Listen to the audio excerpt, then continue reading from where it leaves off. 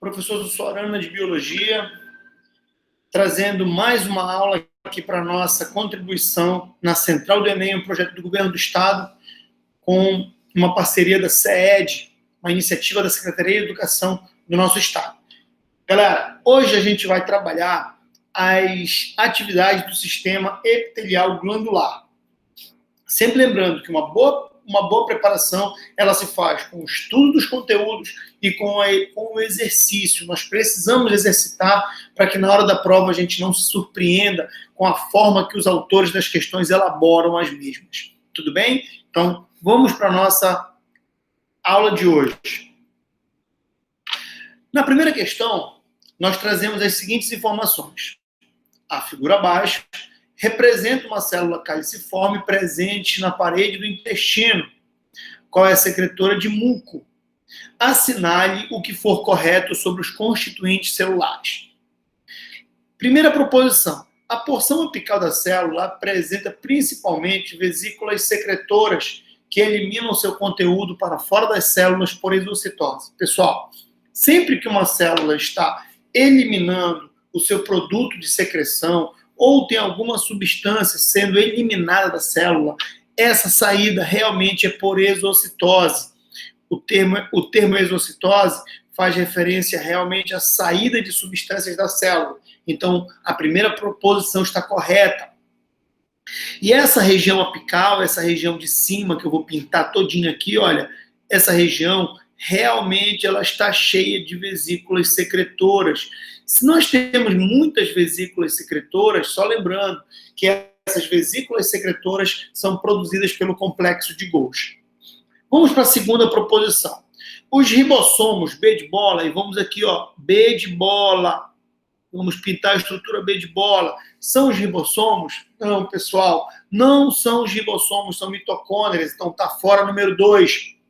Número 4, as estruturas A e D são pouco abundantes em células animais, secretoras. Rapaziada, A é complexo de Golgi e retículo endoplasmático liso. E a D de dado é o retículo endoplasmático rugoso. Então, elas não podem ser pouco abundantes. Não, elas são muito abundantes. Então, ela está dizendo que são pouco abundantes, está fora. Elas são muito, muito abundantes. Oitava, a principal função do retículo endoplasmático granuloso, D de dado, aqui ó, granuloso, D de dado, é a síntese de proteínas e ele é muito desenvolvido em células que têm função secretora. Correto, pessoal. Então, função secretora está muito relacionado com retículo endoplasmático granuloso, complexo de Golgi, retículo endoplasmático liso. Então, está corretíssima. Então, quais são as nossas alternativas corretas? A 1 e a 8, dando uma soma igual a 9, né, galera? 0,9 seria a soma das alternativas corretas da nossa primeira questão. Vamos para a nossa segunda questão. Segunda questão. Representação esquemática da localização de uma estrutura de uma célula secretora. Galera, ele está mostrando aqui o nosso pâncreas, que é uma célula, que é uma estrutura anfícrina. Anfícrina quer dizer glândula que libera para dentro e para fora da corrente sanguínea. Então, o pâncreas é uma glândula dupla. Ele diz assim, o número que não corresponde à estrutura indicada é, letra A, número 1, olha aqui, galera, número 1, essa célula está eliminando conteúdo, está jogando esse conteúdo para o seu meio externo. Então, se está eliminando conteúdo, o processo é chamado de exocitose. Exocitose e não pinocitose, como diz a letra A. Então, o número que não corresponde à estrutura indicada é a letra A. 1. É uma vesícula de pinocitose? Não, é uma vesícula de exocitose, porque está sendo eliminado da célula.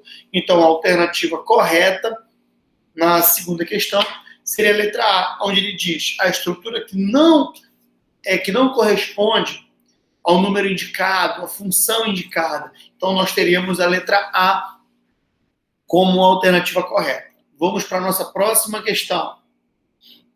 Terceira questão. Os tecidos são conjuntos de células que atuam de modo integrado no desempenho de determinadas funções. Nos animais, há 4 tipos de tecidos: epiteliais, como a epiderme, que reveste a pele; conjuntivos, como o ósseo; muscular, como o tecido cardíaco; e o nervoso, constituído do cérebro. Os tecidos epiteliais são classificados em epitélios de revestimento e de secreção, ou glandulares. Como exemplos de epitélios de revestimento, temos a epiderme, que protege a pele contra agentes físicos, químicos e biológicos, e o epitélio intestinal, atuante na absorção de nutrientes resultantes da digestão. E como epitélios glandulares, citam-se glândulas sudoríparas, que ao produzirem suor, evitam o superaquecimento corporal, e as glândulas mamárias, indispensáveis na amamentação dos recém-nascidos. Pessoal, 2 informações muito importantes aqui. Todas as glândulas, elas são oriundas do tecido epitelial de revestimento. Todas. Se elas mantêm um ducto, um canozinho de comunicação com a superfície, elas são glândulas exócrinas. Se elas não têm esse ducto, se elas se soltam e ficam muito íntimas a vasos sanguíneos, são glândulas endócrinas. Informação importante. Outro detalhe, o suor, ele tem uma função de secreção, de excreção de excretas nitrogenadas, por exemplo. Então, é justamente por causa essa eliminação de excretas nitrogenadas que o nosso suor ele pode demonstrar-se com odores diferentes. Mas o nosso suor ele tem como principal função a manutenção da temperatura do nosso corpo. Então, ele vai manter a temperatura do nosso corpo constante. Quando aumenta muito, a gente sua para tentar baixar essa temperatura. O suor ele não está relacionado obrigatoriamente com o emagrecimento. O suor nos faz perder líquidos, eliminar líquidos. Por isso que, às vezes, após um treino, quando a pessoa se pesa, ela está com o peso mais baixo, mas ela não obrigatoriamente emagreceu por causa da perda desse suor. Não, depois a gente toma água e volta ao peso normal. Então, o que nos faz perder peso, perder massa, é a nossa expiração, tá, pessoal? Quando a gente realiza atividades físicas, quanto mais a gente fica exalando gás carbônico, quanto mais a gente bate o nosso coração, mais resultados a gente vai obter positivos em relação à perda de peso. Tá ok? De acordo com o texto, o tecido epitelial está associado a mais de uma função. Dentre essas, é possível constatar o seguinte. Pessoal, uma dica. Tecido epitelial, revestimento, absorção e secreção. Não é nenhuma dessas 3, não é tecido epitelial. Então vamos lá. Letra A. Absorção de nutrientes, ok, verdadeiro. Sustentação corporal, não, pessoal. Está fora da sustentação corporal. Condução nervosa, também não. Então não pode ser a letra A. Contração muscular é tecido muscular e não epitelial. Condução nervosa e relaxamento muscular também não faz parte das funções epiteliais. Revestimento corporal, condução de impulsos elétricos, não, está fora. Letra D de dado, transporte de gases respiratórios, sustentação corpórea e defesa, está fora. Letra E, proteção corpórea, correto. Absorção de nutrientes, correto. E secreção de substâncias, correto. Então, a nossa melhor alternativa seria a letra E.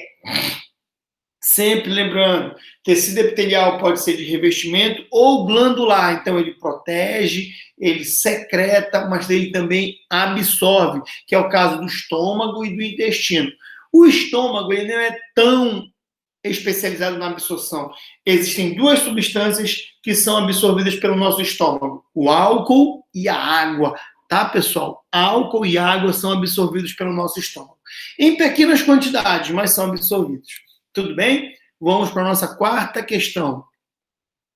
Pessoal, essa 4ª questão, ela traz as estruturas das glândulas. Olha só. Glândulas que são mais gordinhas na parte de baixo são chamadas glândulas acinosas. E glândulas que apresentam praticamente a mesma estrutura são chamadas de glândulas tubulosas. Tá bom? O que a gente vai ver aqui nessa questão? As glândulas formam-se na fase embrionária da vida a partir de uma superfície epitelial. nas glândulas exócrinas, a parte mais profunda do cordão de células se desenvolve e assume a função secretora. Essa parte mais de baixo aqui, olha, galera, essa parte inferior, essa parte que fica aqui embaixo. Enquanto o restante do cordão celular forma um ducto, pelo qual a secreção é eliminada para fora da glândula. Assinale a figura abaixo, que representa 3 tipos de glândulas exócrinas. Então, nós temos aqui a glândula número 1, 2 e 3. O que a gente vai ver, pessoal? Que na glândula número 1 nós temos a região acinosa, olha aqui, ó, e temos a parte tubulosa. Então, essa glândula aqui, ela representa tanto a região acinosa quanto a região tubulosa. Então, nós temos túbulo acinosa. Aqui, na 2, somente a parte acinosa. Olha, nós temos uma glândula aqui, somente a parte acinosa, a parte mais gordinha. E na glândula número 3, nós temos uma glândula tubulosa. Então, nós teríamos como melhor gabarito a letra A. Ok? Vamos para a nossa próxima questão. 5ª questão.